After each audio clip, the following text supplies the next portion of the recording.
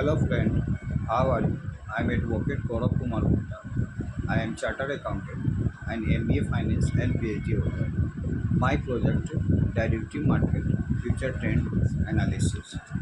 आज हम topic discuss करने जा रहे हैं वो चार्टर अकाउंटेंसी से संबंधित एक चैप्टर है जिसका नाम है working capital management. Financial management का मेन पार्ट को बताने जा रहे हैं। वर्किंग कैपिटल होता क्या है उसको आप अंडरस्टैंड करें। To understand working capital we should understand current assets and current liabilities. Current assets का मतलब होता है it is an assets which is used to run the business. In other words, current assets are consumed in the business to generate revenue. Current assets is generally convertible into cash within 1 year. Therefore, flying are current assets. Within 1 years में यदि कोई भी assets को यदि हम convert कर लेते हैं तो मेरा current assets माना जाता है। Following are the current assets. Stock में क्या होता है? Raw material, work in progress और फिनिश गुड्स। पहले हम रॉ मटेरियल लाएंगे, उसको वर्क इन प्रोग्रेस करेंगे, उसके बाद फिनिश गुड्स मेरा बनता है। बी पॉइंट में आता है debtor, cash in hand, cash at bank, short term advance and deposit and prepaid expense. Current liabilities का होता है it is an outside liability and repayable with in 1 years. The outside liabilities को यदि हम within एक साल के अंदर यदि हम रीपेबल करते हैं तो वह मेरा करेंट लायबिलिटीज माना जाता है। फॉर एग्जांपल, यदि आउटस्टैंडिंग एक्सपेंस, क्रेडिटर का यदि आउटस्टैंडिंग एक्सपेंस का मतलब है अदत बकाया, कोई चीज़ मेरा अदत बकाया है, खर्चा है, provision for income tax, proposed dividend, bank overdraft, security deposit, advance from customer for short period. ये कॉन्सेप्ट होगा। फिर इसको हम नोट में क्या लिखेंगे कि bank overdraft is also called cash. Bank overdraft is also called cash. Credit limit CCCL जिसको कहते हैं क्रेडिट लिमिट। वर्किंग कैपिटल का मतलब होता है जो बिजनेस को स्मूथली चलाने में जो डे टू डे जो मेरा कैपिटल लगता है उसको वर्किंग कैपिटल करते हैं। वर्किंग कैपिटल का मतलब होता है current assets minus current liabilities. जब करंट एसेट्स में से करंट लायबिलिटीज को घटा देते हैं तो मेरा वर्किंग कैपिटल कहलाता है। Following are the type of working capital. Working capital के निम्नलिखित प्रकार हैं। पहला तो gross working capital. Only current assets are called gross working capital. केवल करंट एसेट्स ही ग्रॉस वर्किंग कैपिटल कहलाता है। Net working capital, current assets में से जब हम करंट लायबिलिटीज़ को घटा देते हैं तो मेरा नेट वर्किंग कैपिटल निकल जाता है। हार्ड कोर वर्किंग कैपिटल या permanent working capital, to run the business smoothly. जब हम बिजनेस को स्मूथली चलाते हैं, रन करते हैं, ये minimum current assets must be required, minimum cash in hand, minimum debtor and minimum stock. These current assets are held by the businessman permanently throughout the year. Therefore, these current assets are called hardcore working capital या permanent working capital. अब आइए, what is the need of working capital? Working capital के needs क्या? Working capital, it must to run a business smoothly. In other words, without working capital a business cannot be run. What do you mean by working capital management? Working capital management द्वारा आप क्या मतलब समझते हैं?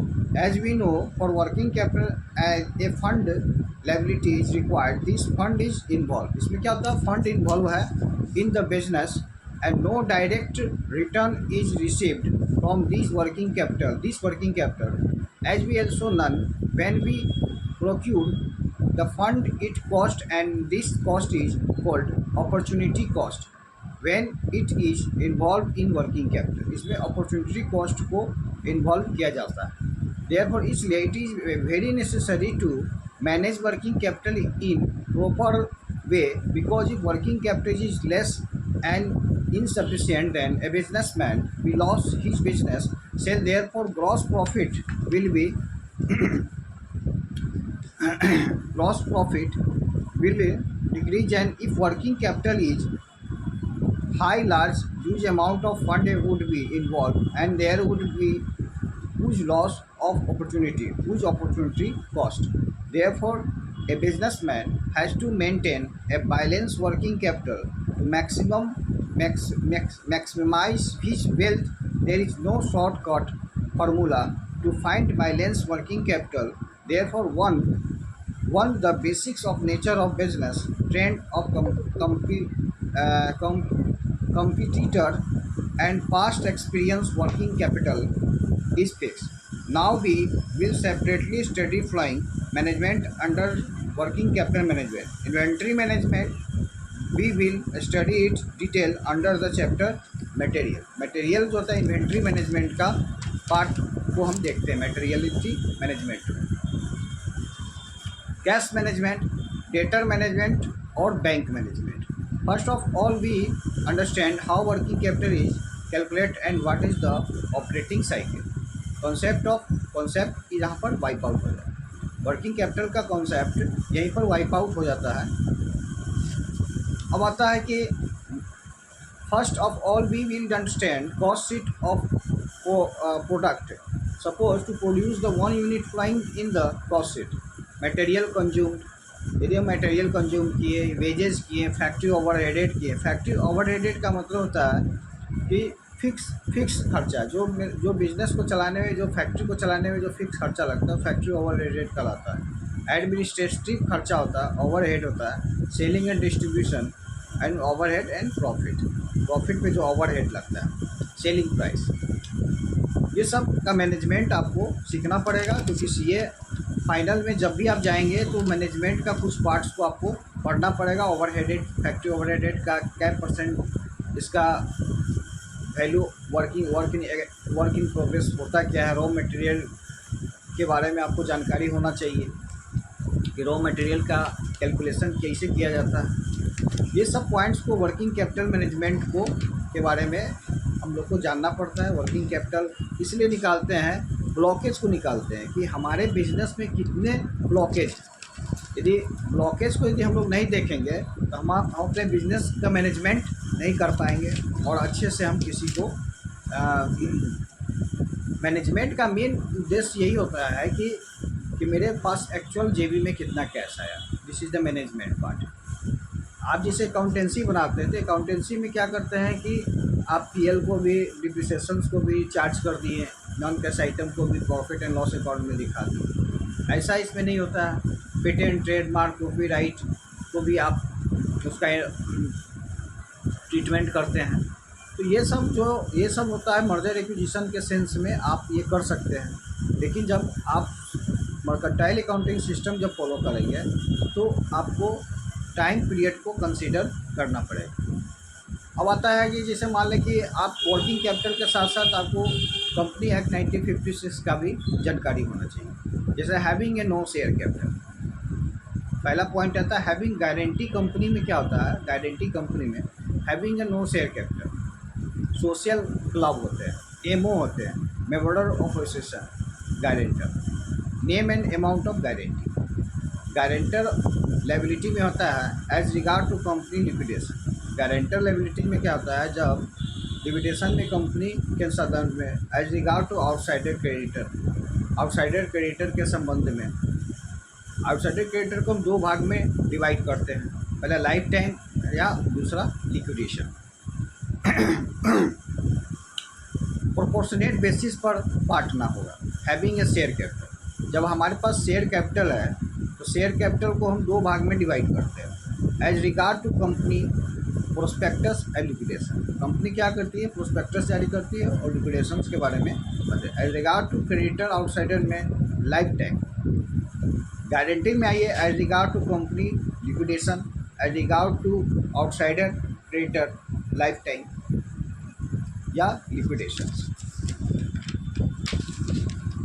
उसके बाद आइए having a unlimited guarantee. जब अनलिमिटेड गारंटी होता है तो having a share capital, having a no share capital, as regard to company liquidations, as regard to creditor outsider. तो इसमें as regard to creditor outsider को हम दो भाग में डिवाइड करेंगे, up to amount of guarantee, life time और liquidations. फिर उसके बाद अनलिमिटेड गारंटी में लाइफ टाइम और liquidation. Deemed public company, deemed public company या notwithstanding, non absence clause, बाकी सब चीज़ एब्सेंट करा दीजिए, यानी non absent clause. Subscriptions criteria, public minus private company, 25% of paid up capital. Subscription में क्या होता है, जब पब्लिक माइनस प्राइवेट कंपनी को 25% पेड अप कैपिटल होता है। इन्वेस्टमेंट क्राइटेरिया में private company minus public company, 25% of public company. ये कॉन्सेप्ट आपको जानना होगा। जब वर्किंग कैपिटल मैनेजमेंट बनाएंगे तो इस कॉन्सेप्ट को आपको फॉलो करना पड़ेगा। अब जैसे मान लें कि एमलेगेमेशन होता है, जैसे कंपनी एमलेगेमेशन करती है। What do you mean by cross holding? Equity share of one company is hold by another company each other the it is called cross holding. Here we get a major problem to find the purchase consideration. Purchase consideration का मतलब कि जो हम purchase किए हैं उसका हमारा उस प्रोडक्ट के बारे में हमारा पहले से ही परचेज कंसिडरेशन हुआ है, उस पर विचार किए हैं।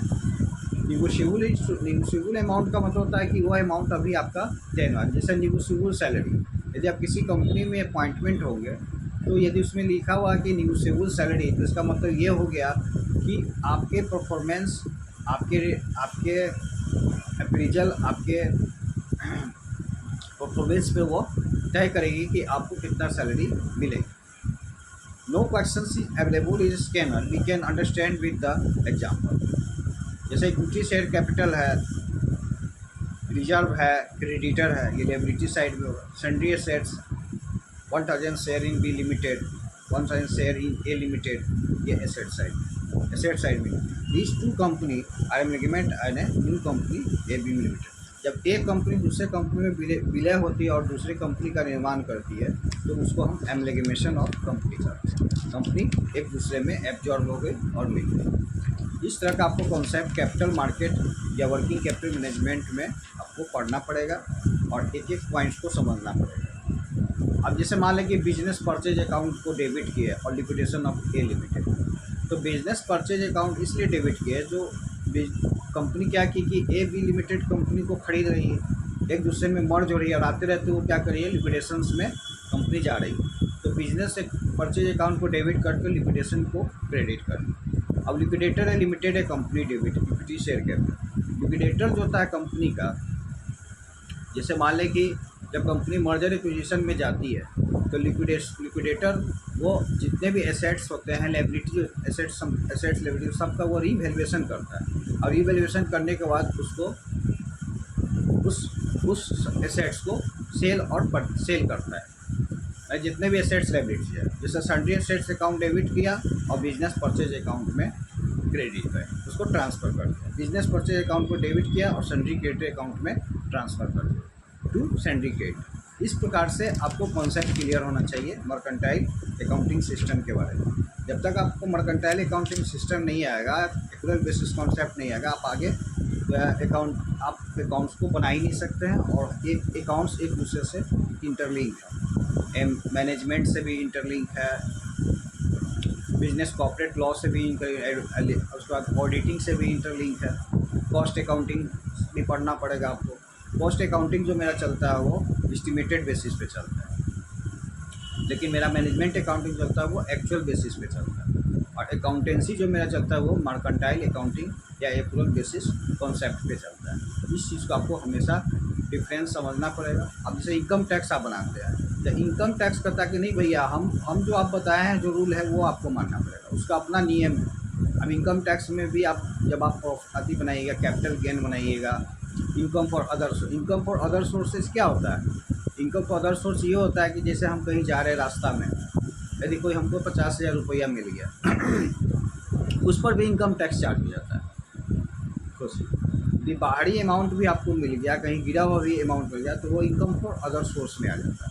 तो इस चीज़ का आपका कॉन्सेप्ट हमेशा क्लियर रहना चाहिए कि इनकम फॉर द सोर्स होते क्या हैं, टेंजिबल एसेट्स होते क्या है, इंटेंजिबल एसेट अब जैसे पेटेंट है, कॉपीराइट है, ट्रेडमार्क है, ये सब क्या है इंटेंजिबल एसेट जिसको हम देख नहीं सकते, जिसको अनुभव कर सकते। गुडविल, गुडविल भी इंटेंजिबल एसेट्स हो गया, उसको भी हम देख नहीं सकते हैं। गुडविल क्या है, जैसे मान लें कि हम रिलायंस कंपनी, तो रिलायंस कंपनी के पास क्या है, गुडविल को 3 भाग में डिवाइड करते हैं, rat goodwill, cat goodwill, dog goodwill. तो रैट गुडविल का जो नेचर होता है, चूहा का जो नेचर होता है वो क्या है, एक बिल से दूसरे बिल में जाना, माने वो स्थिर नहीं है, फिर वेरिएबल नेचर का है, फिक्स नेचर का नहीं। लेकिन कैट जो होता है, कैट गुडविल, वो फिक्स नेचर का होता है। तो रिलायंस कंपनी के पास क्या है, फिक्स गुडविल है। यदि वो 7 पुष्ट बैठ के भी खाएगा तो उसका संपत्ति कभी भी नहीं कम हो जा सकता, माने उसके पास कैट गुडविल। तो यही कहा जाता है कि उसका जो बना हुआ है, वो उसका जो गुडविल बना हुआ है, वो यदि टाटा कंपनी अपना टी करोड़ों में बेच, अरबों में बेच देगा तो उसका क्या है, वो गुडविल है। पार्टी कोई भी हो, ऑनर कोई भी हो, कोई भी परचेजर हो, यदि उसका बिजनेस यदि ब्रांड हो गया, यदि वो गुडविल उसका अच्छा हो गया, पेटेंट उसका अच्छा हो गया, ट्रेडमार्क अच्छा हो गया, तो वो करोड़ों में उसका माने सिंबल को बेच सकता है। इस तरह से ट्रीटमेंट है। अब कंटीजेंसी अकाउंटिंग स्टैंडर्ड कोड हमें क्या बताता है, आपको अकाउंटिंग स्टैंडर्ड के बारे में भी जानकारी होना चाहिए। अब जैसे contingency an event occurring after the balance sheet date. अब कंटीजेंसी क्या होता है, शेयर होल्डर मीटिंग। कंटीजेंसी का मतलब क्या होता है, शेयर होल्डर मीटिंग किया जाता है जिसमें सिचुएशन को देखा जाता है, अनलिमिटेड आउटकम को देखा जाता है, गेन लॉस को देखा जाए। कंटीजेंसी में क्या होता है, contract case, suit file, can sue by suit. माने कॉन्ट्रैक्ट यदि आपके पास हुआ, कंटीजेंसी कॉन्ट्रैक्ट हो गया, तब आप क्या करेंगे, एक केस दूसरे पे, एक व्यक्ति दूसरे व्यक्ति पर केस फाइल कर सकता है, इंश्योरेंस क्लेम भी कर सकता है या बिग ऑर्डर भी फाइल कर। एडजस्टमेंट इवेंट भी, जैसे profit before interest and tax हो गया, उसमें से हम क्या करते हैं, interest payable before and tax को घटा देते हैं, तो प्रॉफिट बिफोर टैक्स निकल जाता है। और उसमें से क्या होता है, tax PAT, profit after tax less कर देते, पैट निकल गया, प्रॉफिट आफ्टर टैक्स। उसके बाद लेस कर देते हैं डिविडेंड, डिविडेंड जैसे लेस करेंगे तो मेरा प्रॉफिट निकल जाएगा। अब प्रॉफिट निकलेगा, प्रॉफिट में से लेस क्या करेंगे, प्रोविजन फॉर इनकम टैक्स, तो घटा दिए तो मेरा नेट वर्थ निकल गया। इस चीज़ का आपको कॉन्सेप्ट हमेशा कर रहना चाहिए कि कौन सा आइटम किस समय माइनस करेंगे, किस समय हमारा लायबिलिटीज इंक्रीज कर रहा है, किस समय मेरा लायबिलिटीज डिक्रीज कर रहा है। इस कॉन्सेप्ट को जानना पड़ेगा। पार्टनरशिप बिजनेस करते हैं तो पार्टनरशिप बिजनेस का वो अलग कॉन्सेप्ट होता है, इनकम्प्लीट रिकॉर्ड। जैसे मान लें कि आप कोई भी अकाउंटेंसी बनाते हैं तो उसका इनकम्प्लीट रिकॉर्ड आपको आना चाहिए। अब जैसे मान लें सीए फाइनल में सबसे टफ चैप्टर माना जाता है capital budgeting. Capital, what do you mean by internal rate of return, IRR होता है क्या। अब internal rate of return is the PV factor, discounting factor, hurdle rate and which discount inflow would be equal to discount outflow. There is no shortcut formula to find internal rate of return. Therefore, in a trial and error method is use of final IRR. When we use trial and error method, our calculation becomes lengthy. Therefore, we should operate our calculation very fast. इसका मतलब है कि PV factor को निकालने का मतलब time period को consider करना है। जैसे कैश फ्लो, कैश इनफ्लो मेरे पास before after tax before depreciation क्या था। कैश फ्लो पीवी फैक्टर आपको निकालना है कि आज का जो प्रेजेंट वैल्यू है उसको आपको निकालना है, कि आज का जो एक्चुअल कैश है उसके बारे में आपको जिक्र करना है। स्क्रैप वैल्यू को निकालना है। जैसे मान लें कि कोई भी प्रोडक्ट होता है, बाई प्रोडक्ट होता है, उसका एक स्क्रैप वैल्यू होता है, उसका एक स्क्रैप वैल्यू का आपको कैलकुलेशन करना होगा। इस प्रकार से आप कैपिटल बजटिंग करेंगे। किसी भी कैपिटल बजटिंग करने के लिए उसका पीवी फैक्टर को देखना बहुत ज़रूरी है। अब कॉस्ट अकाउंटिंग में आते हैं। जब कॉस्ट अकाउंटिंग पढ़ते हैं तो एस्टिमेटेड बेसिस पे मेरा कॉस्ट अकाउंटिंग चलता है। The over headed machine hour rate. यदि मान लें कि आपसे क्वेश्चन पूछा जाएगा कि as we know there are better method of the absorption of overhead but we should kept special care for machine hour rate because the produce almost all the product help of machinery is necessary. Therefore, in our book, the separate topic is given for calculation of machine hour rate. Total overhead related to machine is collected and a separate cost sheet for overhead only is prepared. Its cost sheet is divided into parts: fixed charge, standing charge, running maintenance charge, variable, semi variable, overhead. Variable और semi variable का मतलब ये होता है कि जैसे मान लें कि कोई व्यक्ति से हम मिलते हैं, माने एक उदाहरण के तौर पे आप बता रहे हैं वेरिएबल नेचर कब होता है और सेमी वेरिएबल कब होता है। जैसे कोई व्यक्ति है, उससे हम हेल्प मांगे, वो आदमी हमको, जैसे कैलकुलेटर मेरा गिर गया, वो गिरने के बाद वो व्यक्ति से हेल्प मांगी, वो व्यक्ति उठाकर हमको दे दिया कैलकुलेटर और कहा कि ठीक है, और वो जाता है और एक मुक्का हमको मार के चला जाता है। तो ये क्या होगा, सेमी वेरिएबल नेचर का होगा। मैंने उसका नेचर अभी फिक्स था, वो हमारे प्रति अच्छा व्यवहार दिखाया, फिर बाद में वो सेमी वेरिएबल हो गया और वो मार के चला गया। तो इस तरह का जो नेचर का जो भी होता है, तो मशीन आवर रेट जो मेरा जो चलता है, इसी बेसिस पे, इसी कॉन्सेप्ट पे चलता है कि आज मान लीजिए इतना वर्कर काम कर रहे हैं फैक्ट्री में, इतना टाइम लाइट चला गया और इतना देर व्यक्ति काम किया, तो उसका पर आवर रेट निकालना, ये मशीन होती है। ये जितना भी होता है वो एस्टिमेटेड बेसिस पे आपको फॉलो करना पड़ता है। इस चीज़ को आपको कॉन्सेप्ट क्लियर होना चाहिए। फिर जब तक कॉस्ट अकाउंटिंग, मैनेजमेंट अकाउंटिंग और टैक्सेशंस के पार्ट को पूरा डीपली नहीं जानेंगे तो आपसे अकाउंटेंसी बनेगा ही नहीं, क्योंकि एक दूसरे से सब मर्ज है।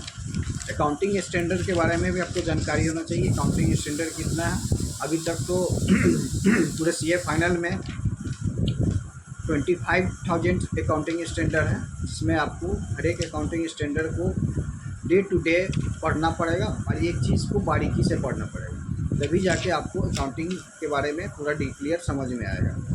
अब जैसे मैनेजमेंट का पार्ट निकालते हैं, जैसे इकोनॉमिक ऑर्डर कैश निकालते हैं, तो इकोनॉमिक ऑर्डर कैश में क्या आता है, 2 इंटू A गुने वॉल अपॉन C गुने I, माने EOC का मतलब इकोनॉमिक ऑर्डर कैश। जब कभी जाम करने जाएंगे, 25,000 लगाएंगे, कभी भी आपको एनुअल रिटर्न ही देना है, इसको कहते हैं economic order cash. A annual requirement of cash, और वो से होता है पर transaction cost. CI percentage of cash carrying of cost, opportunity lost को निकालने के बाद मीजर ऑफ कैश मैनेजमेंट। इस अनुसार से इसका कैश मैनेजमेंट करेगा। इनकम्प्लीट रिकॉर्ड भी पढ़ना जरूरी है। इनकम्प्लीट रिकॉर्ड का मतलब है मिसिंग फिगर आप कैसे निकालेंगे, उसके बारे में आपको पढ़ना पड़ेगा। इनकम्प्लीट रिकॉर्ड इसको जानना होगा। उसके बाद आता है प्रॉफिट एंड लॉस अकाउंट्स कैसे बनाएंगे, उसके बारे में। Income statement, cash flow statement, अब कैश फ्लो स्टेटमेंट कैसे बनाते हैं। इंसॉल्वेंसी अकाउंट क्या होता है। अब जैसे माने इंसॉल्वेंसी अकाउंट का कॉन्सेप्ट बता देते हैं। ये जैसे हमारी कंपनी इंसॉल्वेंट होती है, जब अपने आप को कहती है हम दिवालिया हो गए, तो इस सिचुएशन में इंसॉल्वेंसी अकाउंट को बनाया जाता है। ये CA फाइनल में हर एक बार पूछा जाता है इंसॉल्वेंसी अकाउंट कैसे बनाते हैं। स्टेटमेंट ऑफ अफेयर्स निकालेंगे, पहले तो बुक वैल्यू को लेंगे, उसके बाद एस्टिमेटेड वैल्यू लिखते हैं, book value estimated value. The unsecured creditor as per list A, unsecured creditor को हम लिस्ट 1 में A में डालते हैं, फुल्ली सिक्योर्ड क्रेडिटर को लिस्ट B में डालते हैं, उसमें से लेस कर कहते हैं वैल्यूएबल सिक्योरिटी को लेस कर देते हैं, तो सरप्लस पर कंट्रा निकल जाता है। Partly secured creditor list C में डालते हैं, less secured partly security value को लेस करते हैं। पर preferential creditor as per list D, उसमें से एज पर कंट्रा को लेस करते हैं। Assets as per list E, assets as per list E में जाते हैं। Good debts as per list F, good doubtful bad, bill receivable as per list good और doubtful bad. इसका मतलब ये हो गया कि कोई डेटर को यदि हम पैसा दिए, यदि कोई व्यक्ति को यदि हम उधार दिए, तो वो क्या होगा, मेरा डेटर हो गया, हम उसके क्या हो गए, क्रेडिटर हो गए। यदि वो ताकतवर है तो मेरा पैसा डुबा लेगा, तो इस अनुसार इसको हम क्या मान लेते हैं, बैड डेब्ट्स। इसको क्या मान लेते हैं, बैड डेब्ट्स। बुक डेब्ट as per list for good doubtful bad, bill receivable as per the list G, surplus as per contra, less preferential creditor as per contra, deficiency as per list H। जो मेरा deficiency आया वो list H में डालते हैं, या deficiency भी हो सकता है या सरप्लस भी हो सकता है। तो जब इंसॉल्वेंसी हो रहा है तो डिफिशेंसी होना जायज़ है, क्योंकि डिफिशेंसी को का ही ट्रीटमेंट करें। After the preparation statement of affairs be refer deficiency of surplus account as per the list H में डालेंगे। Preparation of deficiency account is very simple. It is simply investment business account in the personal book of individual, where investment is made in business. investment of business account debit to cash account. There is accrued profit for business. Investment in business account debit to profit and loss account. Profit and loss account debit PL to investment business. देखिए क्या किया आप, investment business account debit to cash account. इन business accounts का जो debit amount है उसको cash account में कन्वर्ट कर दिया। फिर उसके बाद एक्रूड प्रॉफिट बिजनेस जो मेरा एक्रूड प्रॉफिट हुआ उसको क्या किया, investment business account debit to PL account. कहने का इन्वेस्टमेंट बिजनेस अकाउंट को डेबिट करके उसको प्रॉफिट एंड लॉस अकाउंट में ट्रांसफ़र कर दिया। ये क्या हुआ, एडजस्टमेंट एंट्री होता है, ये जानना बहुत ज़रूरी है। प्रॉफिट एंड लॉस अकाउंट को डेबिट करके इन्वेस्टमेंट बिजनेस अकाउंट में डाल दिया। पीएल से पैसा निकाल कर वो क्या किया, बिजनेस अकाउंट में डाल दिया। प्रॉफिट एंड अकाउंट को डेबिट किया और उसी समय वो क्या किया, इन्वेस्टमेंट और बिजनेस अकाउंट को क्रेडिट कर दिया। इस प्रकार से इंसॉल्वेंसी अकाउंट को हम फॉलो करते हैं। A presidency town insolvency act is applicable in their city only. Mumbai, Calcutta, Chennai, provincial insolvency act applicable in the rest of the country. Preferential creditor as per the presidency act, as per provincial act, इसका answer होगा yes.